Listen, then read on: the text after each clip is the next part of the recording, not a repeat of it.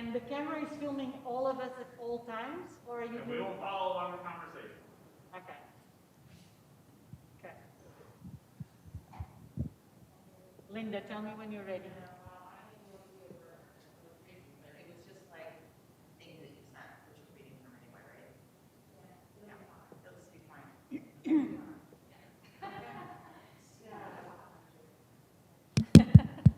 All right, we're ready to go. Okay. Can you hear me well?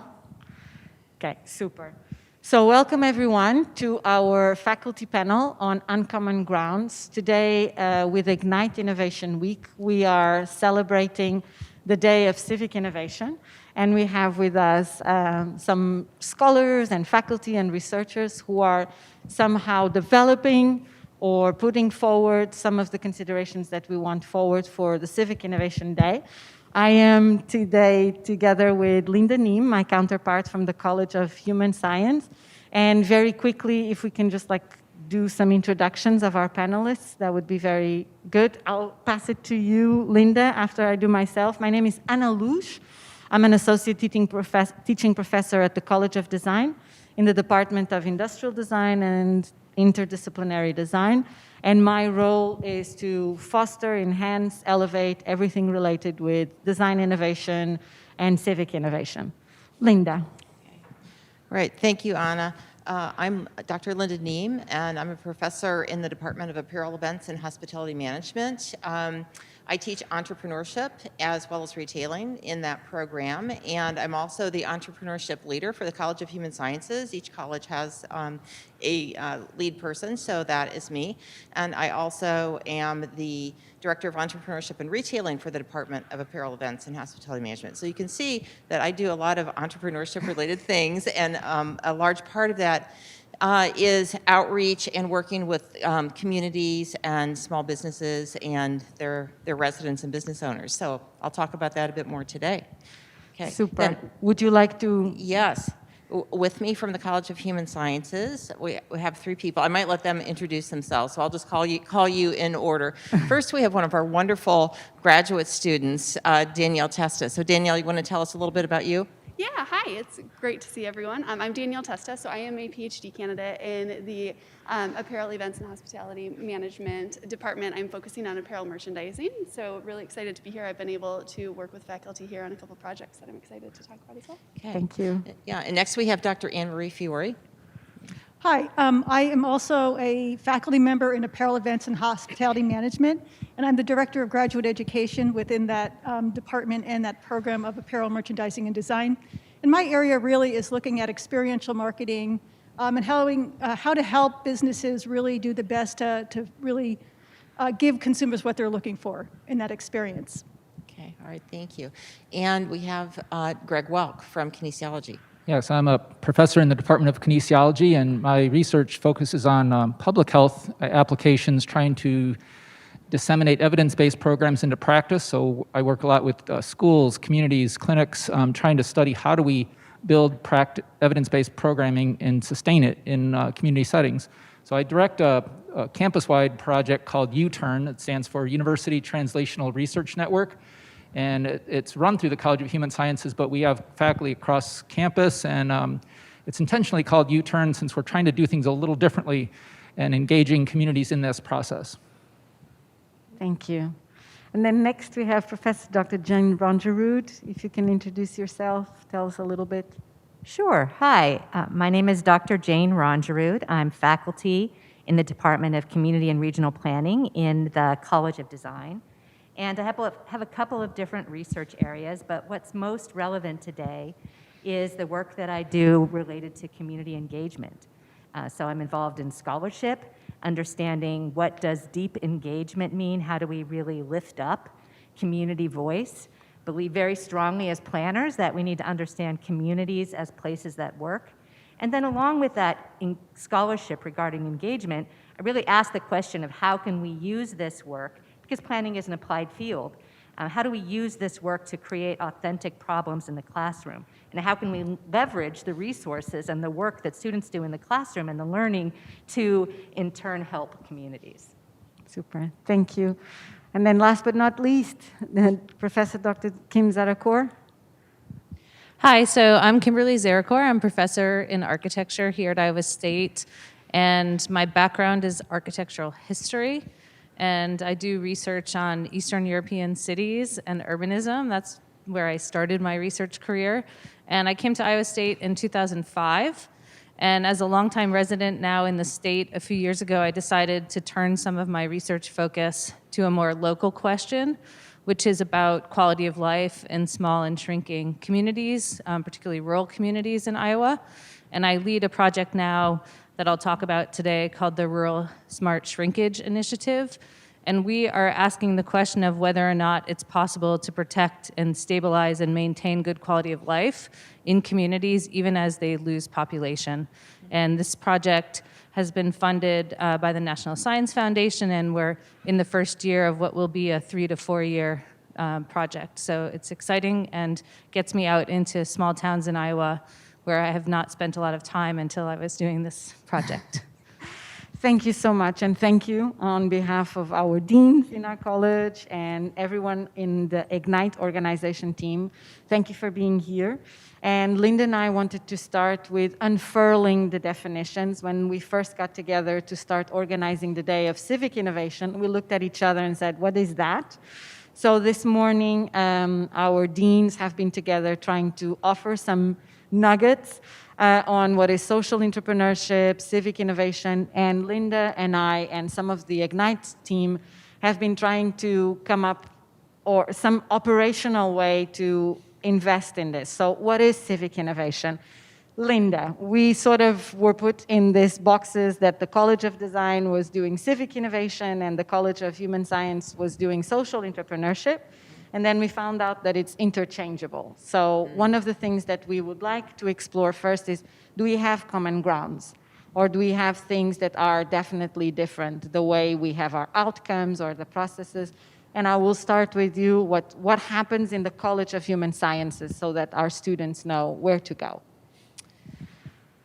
Yeah, and so, clearly this will be somewhat my perspective from the projects that I have done, but I also want to kind of throw out the concept of embeddedness, and I don't think we can really talk about social entrepreneurship without, realizing that it's going to have some community impact. And the community piece, to me, is where the civic comes in. So are you going to be a good citizen? Are you contributing? Are you giving back? Are you stepping up? Are you, do you care about the greater good, than just yourself? Do you see that local businesses are the fabric of the community? Are you going to offer your support to them rather than always buying from Amazon, or some of those sorts of things? So I see the civic nature of this whole entrepreneurship piece being interwoven also with social entrepreneurship, which is trying to solve a social problem or improve the conditions surrounding a social problem. So that can certainly have civic elements to it. So I think the two are very, very closely tied. They do have differences, but I think because the social entrepreneurship takes place in an embedded nature, within the community, and that's that whole civic life kind of thing. At least that's how I'm initially. There's no, clear-cut answer. I think here that we're looking at it from our own college's perspective, and also, the literature is diffuse in those areas. So we're trying to connect the dots too, which I think is one of the good things about being here today. So in the College of Human Sciences, with the projects that I've been involved in, some of the things that Kim's talking about with the community shrinkage and, who are the leaders? Where's the leadership coming from for these communities? Where's the vitality? How are we going to get it back if we have fewer people? So those are some common questions that I think that we're all addressing because those issues impact every facet of the community. So in the College of Human Sciences, when I take students out to do community outreach projects to work with businesses in these shrinking communities, it is a cultural experience for most of them. Some are from small communities, but not necessarily these same communities. I have students from Chicago. I have students from all over the place, from different countries. And so that is a cultural experience to go to a small community. So I think the learning and the exchange and the understanding of well-being and life quality, and what does that mean? I mean, I heard you talking about schools and, certainly the businesses, the local infrastructure. I mean, there are all these different things. So we certainly look at that. We just don't go in and in isolation look at the business, right? So I do a lot of work with Extension, ISU Extension and Outreach, as well as Chambers of Commerce, as well as Main Street, Iowa, and those types of groups to identify businesses that really would like some help. And we also engage community leaders in that because, again, the local business doesn't operate in isolation. So it's really looking at all the key stakeholders and, trying to get them all talking and on the same page, right? Yeah. So that's probably a long answer to your question, but I see civic and social, being intertwined. Yeah. Yes. I think that's the main point today, that we discover not the uncommon, but the common grounds and what makes the common sense. There's no such thing as common sense, but what is it? So could we kindly ask Dr. Annemarie, what would be, because I know that you are with the graduate education, where do students attach to this dichotomy, or is it not a dichotomy? It's actually the two sides of the same problem. I'd say neither. I think in our department, because we have a business focus, we really see it as more a triple bottom line. Okay. So we're trying to help people. We're also trying to help the planet, but also we're trying to think about profit, because we know that people need money to survive, that you can have a very healthy planet, healthy people, but if you don't have the money to pay for certain things that you need in life, you're not going to be sustainable. And so what we really think about is, how can you do all three of those things? How can you help the planet when you're making decisions on what you purchase? How can you help people in terms of purchasing from companies that are really more socially responsible, but also making sure that those companies make a profit for the people that work there and that they can sustain themselves? So we're not just talking about social capital, but monetary capital. So, Right. Okay. You need all three of those in order for something to be sustainable. Okay, makes sense. So then, Danielle, can you tell us a little bit about the perspective of the students? Where do you engage? What are you looking for? And how do we take this forward, social entrepreneurship and civic innovation? Yeah, definitely. I think from a student perspective, it's been able to really see that application of these different concepts we're learning in class and being able to actually see, okay, what does this look like once we're actually getting out into the community and seeing how we actually can translate, what we talk about, for instance, from the triple bottom line, put that into perspective of how is this going to benefit different businesses, what really are their key priorities, where do we need to push things forward, and really think about that connection. But also going back to, what Dr. Neem was speaking about too, even thinking about those integrations. What's been really interesting when we do have the opportunity to work with some local small businesses, for instance, seeing the integration between business demands and how they are integrated with local communities, and being able to see that connection and really what does that business need and how is that actually going to impact the area that they're located in as well. So I think there's so many connections that by actually being involved with businesses rather than just being purely in the classroom, you really see how you can take your studies to the next level and really see how you can make a bigger impact down the line as well. Yeah, makes sense.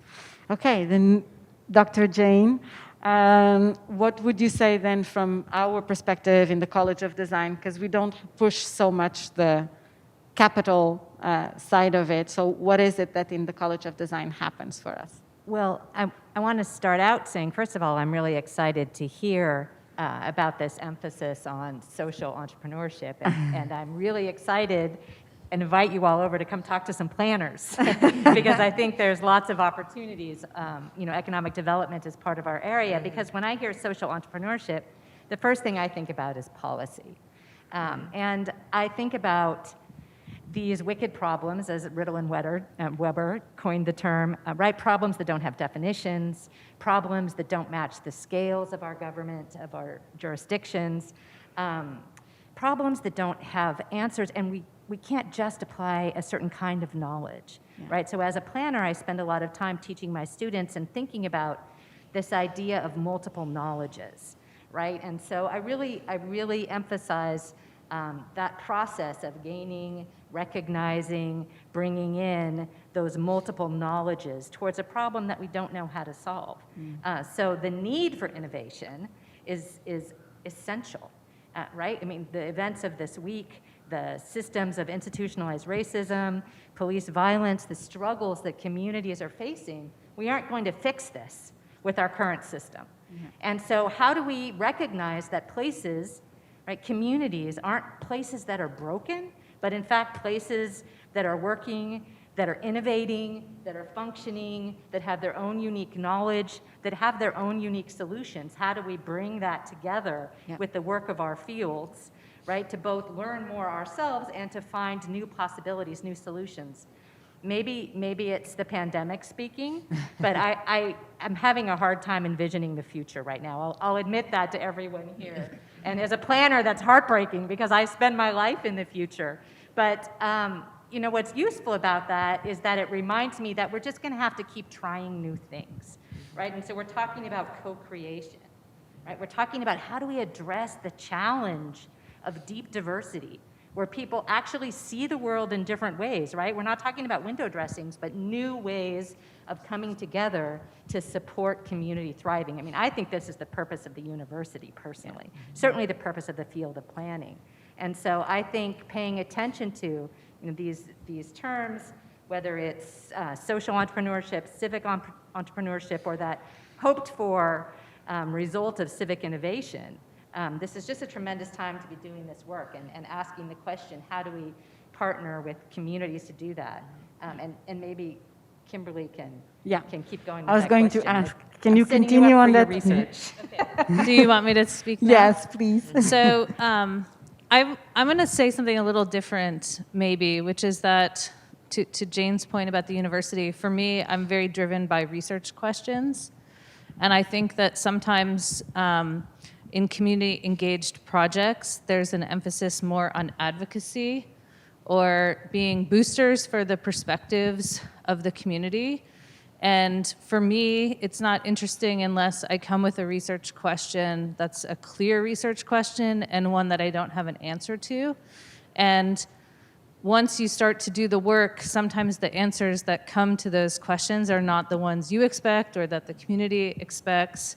And for me, there has to be a kind of friction in the project because there's plenty of advocates and there's plenty of boosters, for example, for the vitality of small towns. But to the point of wicked problems, the problem of rural small town quality of life, population loss, these are not easily fixed, and they come at the confluence of multiple other trends, and they're macroeconomic and microeconomic. And so in our project, we are not addressing the question of whether or not we can stop population loss, for example, which is a challenge to a lot of the other work that happens in small towns. Instead, we take that as the starting point, that most of these communities will continue to shrink, and we put it at the front and to the side, and we say, now what do we do? And our work is thinking about how to make the places we work in better places to live, not places that put a lot of resources towards growth. And so from the student perspective, to go back to Anna's original framework, students are hearing for the first time in the context of this project sometimes that things that are growing are not the only things that can be good. And in a rural place like Iowa, we need to support and still believe that there are great places to be that are not necessarily the ones that have a big influx of new populations. And I think this is eye-opening to students, that you don't necessarily have to be in the place that's going through a boom, and you can still make a life for yourself and find interesting people. And we just meet the most interesting characters in these towns. And so, I think that's been a lesson for all of us, just to find people who are really invested at the local scale and making lives for themselves that they feel are the kind of life that they want, and they don't desire necessarily to be in the place that's growing or big. So I'll stop there. No, it's great, because that for me was one of the purposes that Linda and I had, was to find out if there is indeed this common sense. And I come from Europe, and there's not this rural scale, so everything is like urban, and there's an intensity on the monetary capital, not the social capital. So when I arrived and I met all of you and knowing your project, it's like, there's such an emphasis on social entrepreneurship that I was like really taken aback. And especially when I visit small towns, my mindset completely changed. And what are we really doing? On that bridge, then, if I can ask Professor Greg Welk to talk a little bit about what is then community-engaged scholarship? How do we work with communities? What is the work being done? Yeah, I like the conversation so far. It's bringing up all kinds of great synergies. So first of all, UTurn is actually formed through a partnership mainly with design and human sciences. So that's a really interesting thing. We do have representation across all the colleges in engineering and business as well, but the two colleges that have done the most with regard to community engagement, I think, are design and human sciences. And we share some of the same, we might have different tools and approaches, but we are often trying to solve some of the same problems. So for example, when we brought up WICKED problems, the university has embraced the notion of grand challenges, which is another emphasis. And UTurn was founded under, the primary one we target is enabling healthy lives. And so we can't really do that without understanding the environment and the context in which people live. So it's one way to tell a person you should be healthy, but that really doesn't work if they're not in a healthy system or a school or a work site that supports those environments.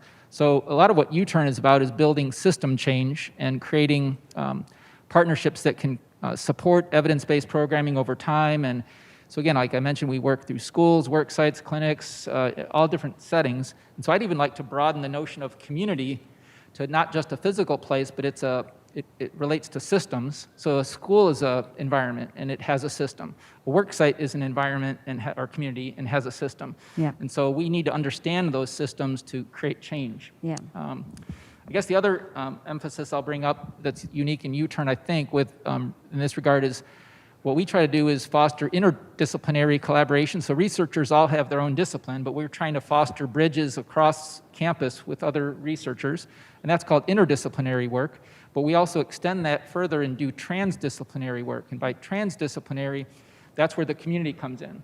So we try to fully engage the community in the process of discussion, so they're an equal partner. And I think a lot of times instead of researchers just studying something and using a population to study something, we're trying to engage them in the process of solving that problem. So they're an equal partner in that work, and I think that's where community engagement really comes in. Yeah. And that's one of the questions that we were having. Our students, and Professor Jane Randhawa was putting that forward. We find in general when we do service learning that we almost use the community as an object of study and then we leave.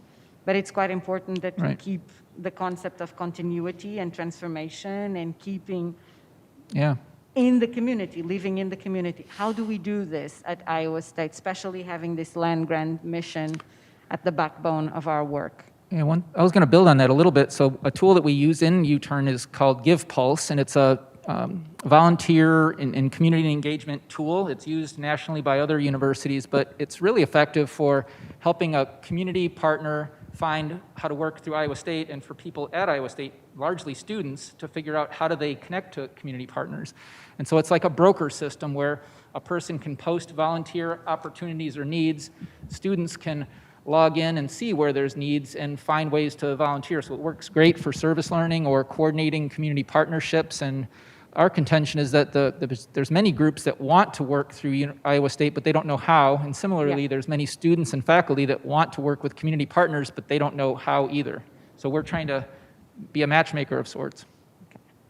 So as a student, how do I start this? Where did you start? How did you got into this world of civic innovation and social entrepreneurship and community engagement? What was your tips and tricks for our students? Well, I think I was very lucky in being in the College of Human Sciences. We actually have a lot of opportunities. So I was a student in one of our courses, and we actually have quite a few courses where we get out and work within the community. So within both the local kind of Iowa community, and then we actually worked cross-disciplinary with a couple different universities in the United States as well as in India, and we're looking at different ways to collaborate, get out in the community, and look at how we could make an impact both here and in small communities internationally. So that was a real kind of initial way of looking at, wow, how can we make a difference and make an impact there? So I think that initial exposure just through that, as we're going through our classes and saying, hey, get out, see what this is like, see what this social entrepreneurship is about, really kind of opens your eyes to see, like I said, kind of that connection between our research and the actual communities we're impacting. And so I think really having that connection was really important to me to begin to see that broader impact. Yeah.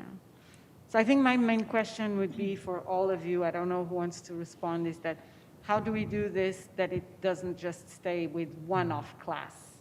That it's just for student, it's just exposure and bring awareness, but actually it's transformative for the student as well. How do we get to that point that they continue this mission, that they have this civic responsibility to continue, not just for credits, but as like a individual mission? And I don't know who wants to answer. Maybe all of you would like to make a comment. I think generationally, that's what they're looking for. So I think we just need to give them the opportunities. They already have that mindset coming in. So I don't think we need to teach them about that, because this generation is coming and saying, this is something very important to me. I'm not interested in working in a major corporation. I'm interested in doing something that's very personal and really fulfilling to my life. So it's just us being able to give them opportunities in each of our classes. Okay. How does it happen in the College of Design? I think this is a good question. I first of all believe that in doing community engaged work, it's critical that we do it in an ethical way. Yeah. And so that means paying attention to not being extractive, and asking the question of how are we in service to this community, and how is this work going to continue even after I leave?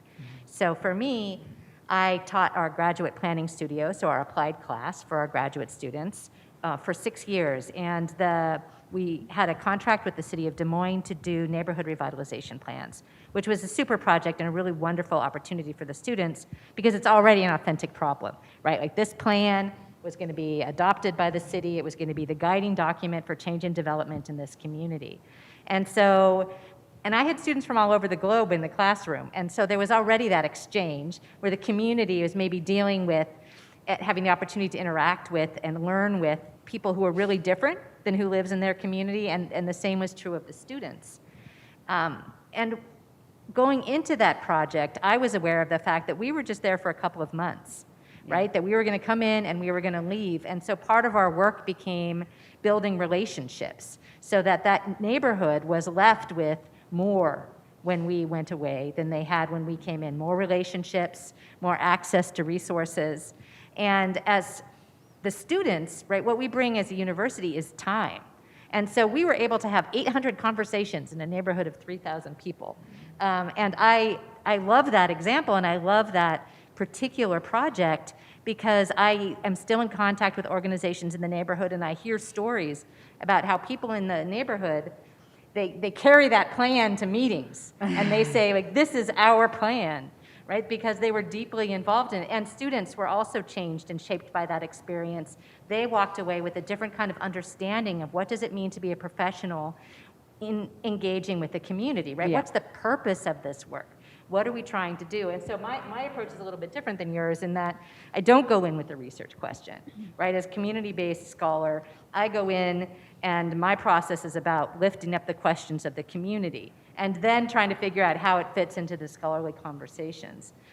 So I do have students who come interested in being engaged, and part of my work then is to help them understand what that looks like, what are the mechanics of that, what are some of the exciting tools that are out there that other communities and other scholars are using, and then giving them opportunities to develop ideas that they can throw into that toolkit that then becomes available for themselves and for other planners and other scholars around the country and really around the globe. Yeah. Do you want me to add something? Yes, or if you want to comment. I have another question on my sleeve, but you can answer. So I'm going to answer very differently, because That's good. the Department of Architecture doesn't have a strong community engaged component in the curriculum. And we have some projects, but we are in the College of Design a relatively big program, and it's an intensive kind of teaching environment, design studio, and our students take 48 credits of design studio just in the 4 years they're with us after their core year. So it's a 5-year program. And I want to answer a little differently because I think as a department, what we embrace more is a mindset change for the students that is about the way in which architecture as a practice needs to be civically engaged.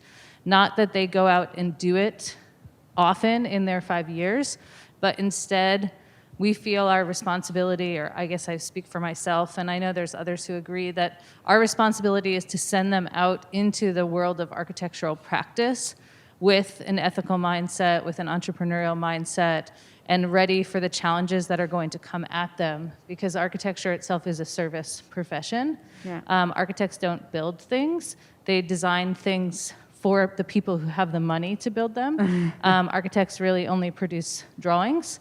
And this is something that's hard for students to grasp. And it takes a long time for us to, I think, to get their minds around that. So the point is that we want what they produce in those drawings and in the ideas that come from that to be community engaged in a higher level way than the typical architect. Yeah. And I think for a lot of students, we do a good job with that. And it's more because architects have to do a long internship period. The engagement piece, they take all the training, the mindset that we give them, and when they go out into the world of practice during that internship period, they have a chance to kind of test it out in a different environment. And I'll leave it there. No, it's quite interesting, and I probably pass the ball to my colleague Linda, because one of the things is what we prepare and what we do here on campus, in academia, in scholar, in research, but how do the communities receive us? I found that in Europe, communities would look sideways to the scholars and academics. What do you know of my everyday? How do you come here? And so what happens when in your field, Linda, retailing and social entrepreneurship happens? Of course, everyone wants money, but we're messing up with their lives. And you certainly don't, I guess the one thing we don't want to do is act like we're arriving in town, jumping off the bus, and we're fixing your problem. Exactly. That's not at all the approach or the image or the messaging that we want to have sent. So I have been listening to everyone's comments, and I find commonalities and a few things I wanted to comment on across all of them. I agree with what Dr. Fiore said, that we don't have to twist our students' arms to want them to be engaged in service learning activities such as this. I mean, it's who they are as a generation. Now, that said, they don't understand the context, right? That's why it's so very important. A lot of times consulting projects are done in sort of a fictitious manner, with a case study approach. And, I firmly believe our students need to get out to, beat the pavement and see what is life like in these small communities, sorry. And so part of that is meeting with community leaders and, just really, and sometimes we find that they talk well together and they've all been playing well in the same sandbox, and other times not. So we're kind of a connecting. We're like the outside party that kind of brings these people together to talk about some of these issues and where do they collectively want to go and what has worked, what have they tried, what hasn't worked, what goals do they have for their community, and how do these businesses fit in with that whole picture. And to Kim's point, I think that's the big elephant in the room, or whatever the saying is, that a lot of these towns, they're probably not going to grow, right? So, yes. But that has not been well, that's not something people really enjoy talking about, right? Or how can we be where we are yet play bigger, right? Yes. How can we have our businesses understand who their customers can be? They're not just the people that are now here in town on your main street that have been the same for the last 50, 60, whatever years. So it's helping them to, it's kind of they can't see the forest for the trees sort of syndrome, so it's eye-opening, I think, for the students to come in and offer a fresh perspective that is so very helpful to them. We do the toolkit approach, like you were suggesting, the needs assessment and toolkit, and try to get these different local leaders and resources aligned so that they can continue to move forward with some of the action items that have been identified within these projects. So it's kind of aligning resources and getting local stakeholders to talk with each other. And it's critically important for the students to understand context. I can't tell you how many students I've had that have said, wow, my recommendations would have been so off base if I hadn't visited, Eagle Grove or whatever town we were in Iowa, because I didn't get it. I did not get it until I was there, and I talked with them, and I didn't understand either. This is the student talking, that this is this person's livelihood. This is what they do. Exactly. And to really understand that, that you're talking to diverse people. They may have only a high school education.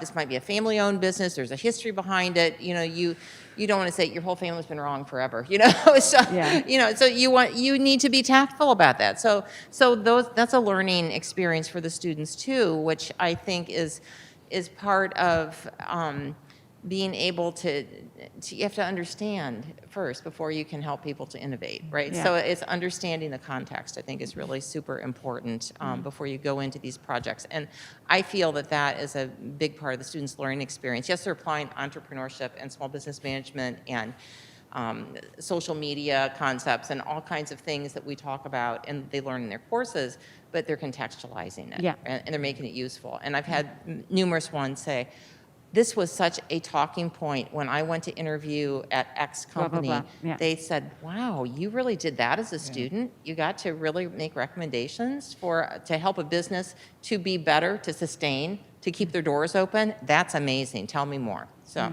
I think those are some of the value points. I see, Greg, I was- that you want, Yeah, I go was gonna ahead. add a couple points. So one thing, if we're talking about common ground or common threads, one thing that I think connects the effort is relationships. So when we work with a community partner or in a community, we have to build a relationship, and it's like any other relationship. It evolves from trust, it involves good communication, like Linda said, not telling them what to do, but engaging them as a valued part of the process. And Yeah. so I think building relationships with partners is key to get the community engagement side. On the student side, I think a common thread could be reflective learning. So whether we call it service learning, experiential learning, practicums, internships, the key to me is how do we help students learn from their experiences. So service learning, which I'm a big proponent of, I have had the same thing, Linda, where students really learn the most by doing it through an applied project in class, and then that helps them apply that same skill of reflection in everything they do, and then hopefully they go out into their other careers, knowing how to, talk to community partners or businesses or how to solve problems. Yeah. Anyone would like to continue? Because I think we're on a juicy topic. I have another question, but I want everyone to have a go.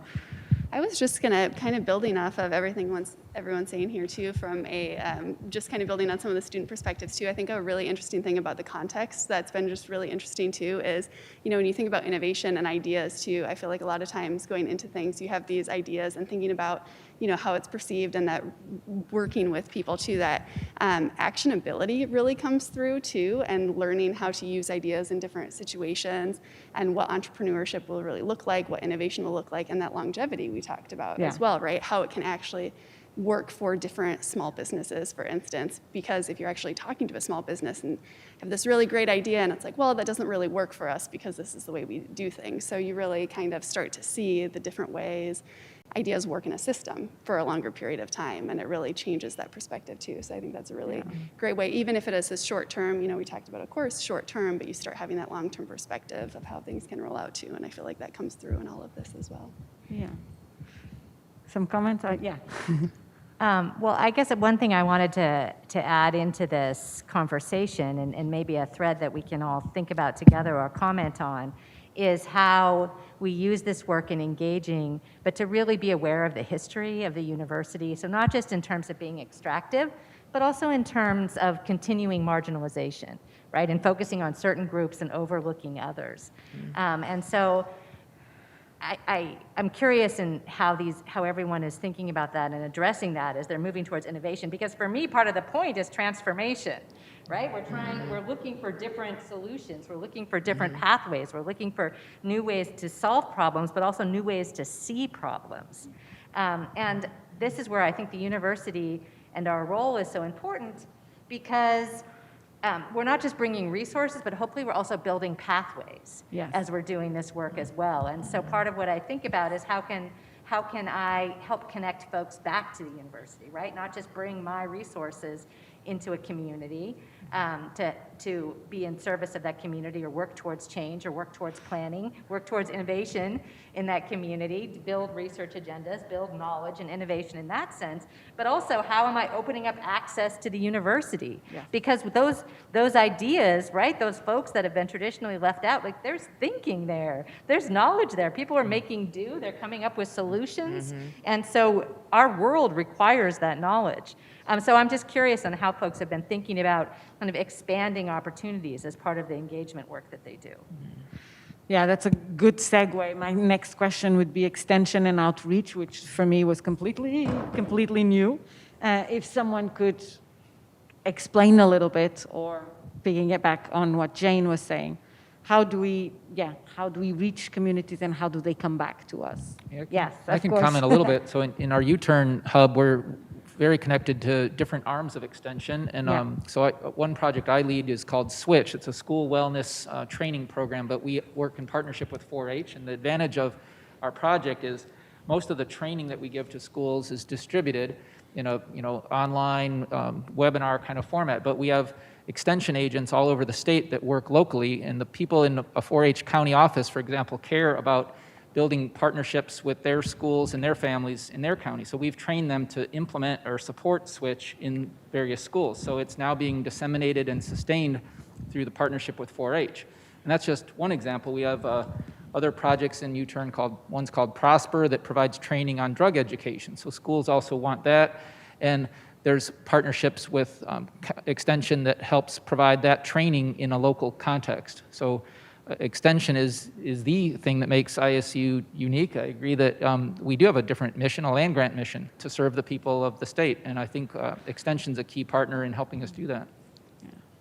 How can students reach that then? Sure. How do students can be more aware, more engaged, more active in all the projects that you guys are putting forward?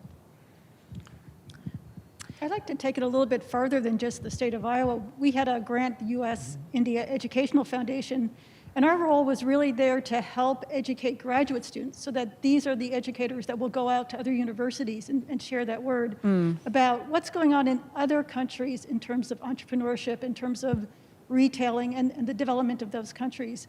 And so I think it's not only are we working with undergraduate students, but we're working with graduate students as future educators in other locations. So this is broader than just Iowa, but these are students here at Iowa State now, that we're then spreading that word.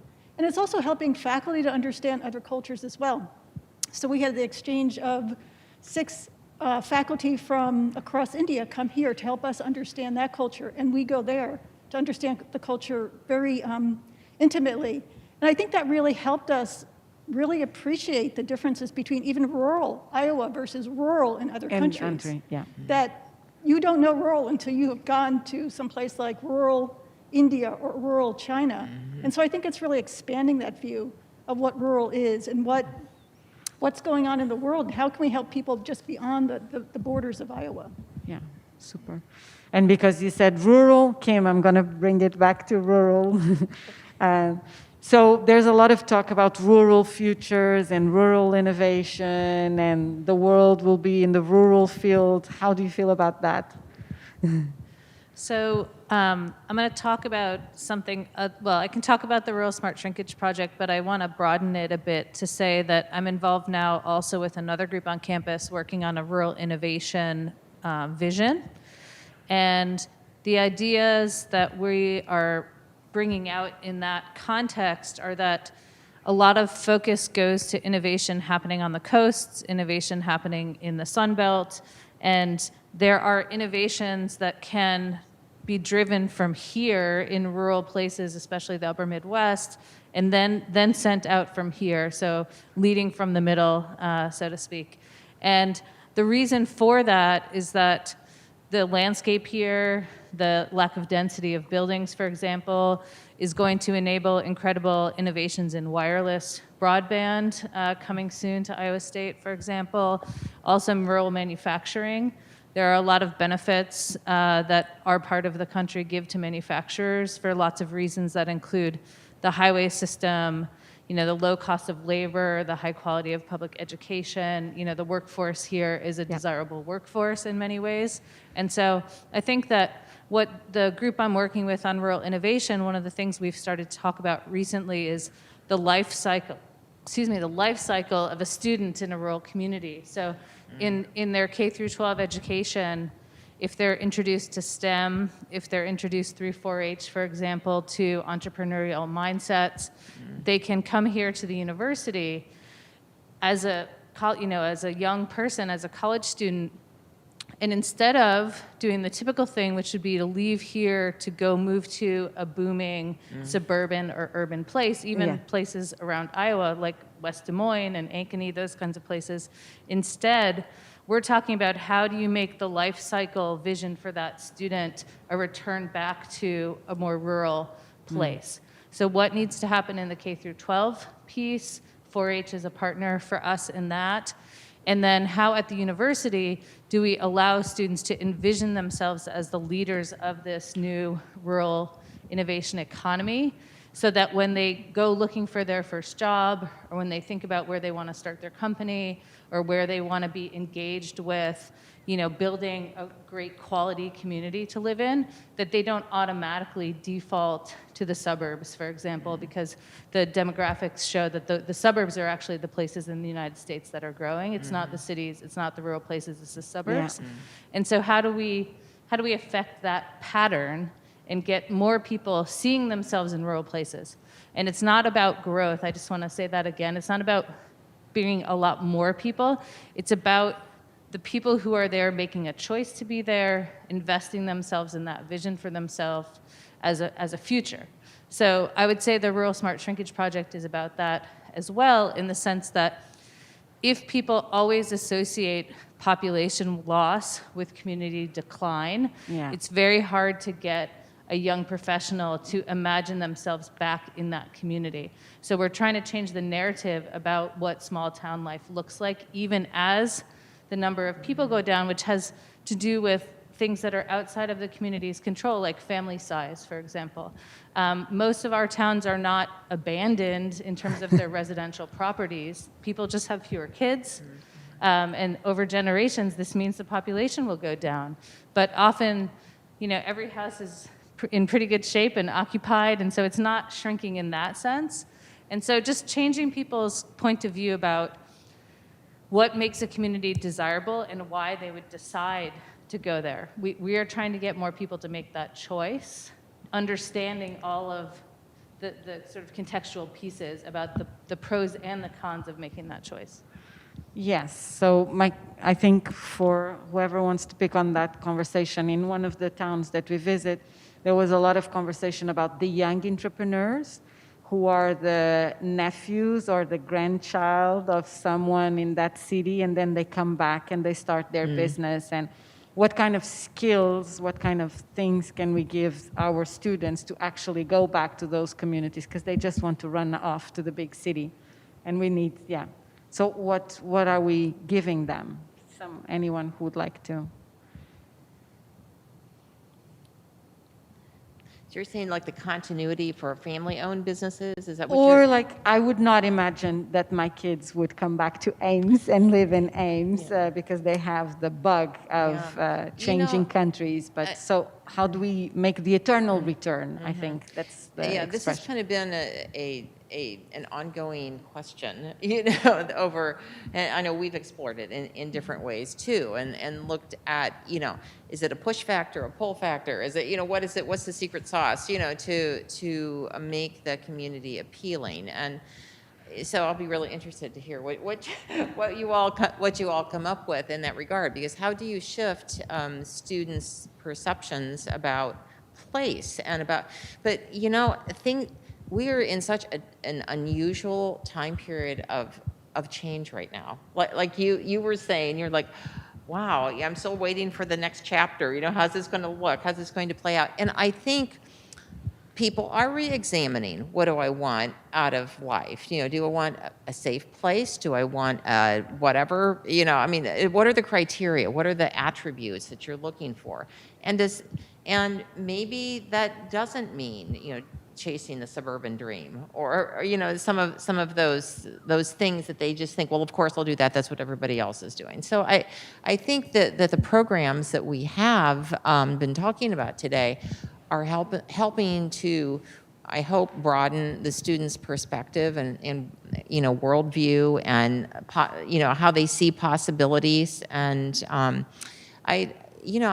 going to be the eternal optimist, look at it half full instead of half empty, that I think that this is possible. But, there has to be something that makes the environment a quality environment for them to want to live there. So, in their current state, some of our communities, in terms of community attractiveness, aren't where they need to be, So it's both sides of the coin here, I think, and maybe we're coming into an era of convergence. And I think that our projects that we've been discussing today and bringing paths back to this exchange with the university, because a lot of the towns that we go to there with extension, because they're in every 99 counties of Iowa, and many of these communities, they might, if they have a chamber of commerce, there's like one person, they have a staff of one, they're very resource constrained. So there's plenty of opportunity. I don't have a shortage of towns wanting to do these projects. So if we can have a collaborative effort, to how we can help these communities. Like I know we have our retail initiative for retail-based businesses, but that's certainly not the only area of need in these communities. So looking at it more holistically for our small and rural communities and how we can help them to not just survive, and hang on by their fingernails, how can we help them to be at a quality state of operation and existence where people are, really do want to be there, want to give back, they want to call that home. Jane, you wanted to comment? Yeah, I think, I guess I'm going to put a plug in how planning can be helpful in answering this question, because when I first came here, I came to Iowa in 2010 from San Francisco, and I was teaching a revitalization class, and I thought, oh my goodness, like we've got to stop talking about growth, right? Like this is not the question in so many of our communities. So I think that's a critical planning question. How do we envision, because this is really planning, it's how do we create a shared vision of a common future, right? And so some of that is thinking about alternatives to growth, maybe alternative kinds of economies. And another piece of that is how do we incorporate demographic change and difference, right? Because our communities are changing, and sometimes they're not gaining people, but they're overall, but the population is changing quite a bit. I'm thinking of one of the neighborhoods where we were doing our neighborhood planning work, and the resident was so happy to have someone who come to her door, a student, who spoke the language of her neighbor. And she took them over to her neighbor's house to say, could you help me talk to them? Yeah, right? So all of this, like building this social fabric, understanding what it's about, but then recognizing that the question for us is one of governance on a certain level, and how do we come together to create these new visions? I mean, do we need to do it at a regional scale as well as our local communities? I think there's some really interesting and important planning questions here. Super. Okay, I would continue to talk to you forever, but we're going to continue to talk forever. We're roughly 5 minutes away. So can I have some last comments? We've been trying to expose most of the projects that you guys are doing and trying to find like common threads between all our civic innovation missions. Is there something for the future that we haven't done yet that you would like to do now? So something that, I really would like to tackle that point or that point so that we can actually implant the seed in our listeners. Is there, yes. I have one Go thought ahead. that kind of links to a lot of the work that I do, at least, but it's a model that's used widely in an array of projects, but it's called a social ecological model. I think many of you might be familiar with it, but people are nested in like a family, and the family's nested in a neighborhood, and the neighborhoods are nested in communities, and the communities are nested in counties in a region. So understanding life from a social ecological framework helps in understanding that context, but also how to change those problems. And so the most powerful force in a social ecological model is sort of at this policy level, where a policy can impact everything in a region or everything in the inner layers. And so, changing the state and changing policy is a powerful way to create opportunities for communities, but it also, change can happen from within, from the individuals as well. So I just like the social ecological framework as another thread that ties anything together. So we might work in one community, but what can we learn from that community that helps another community? Yes. Or a work site, or a school, or a church, or, so we haven't talked about faith-based connections, but so I like that model as a way to understand societal problems. Yeah, that's a good one. Do you want to talk about communities of communities, Kim? Sure. So as a final thought, I'll say that in our rural smart shrinkage project, one of the components is to create a peer network of small communities so that they can learn from each other. And we are in the process of that. The pandemic has made some of this a little challenging, but we hope soon over the summer to start getting these communities together. And the original model was a mentor-mentee model where we would find communities that seemed to be doing well, and they would work with communities that were doing less well in similar areas but had interest to improve. And what we've decided from visiting the communities and thinking more about it is that we're doing what we call a community of communities model instead, where in some areas, some communities are strong and they're weaker in other areas. And so within that group, they will be both mentor and mentee in different parts of the work. And I guess I would just say, to add to that, that it's important for us, Jane's point about not coming, her approach of letting the research questions come up through the community versus my approach having a question going in. I think in both cases, the community figures in an important way in the work, because in our case, I have the research question and I can't answer it until the community shares and teaches us about the things that they do. Yeah. And it helps me to be focused to know sort of what kinds of things they're doing I'm interested in. That's where the research question is. It frames the interactions at a larger scale.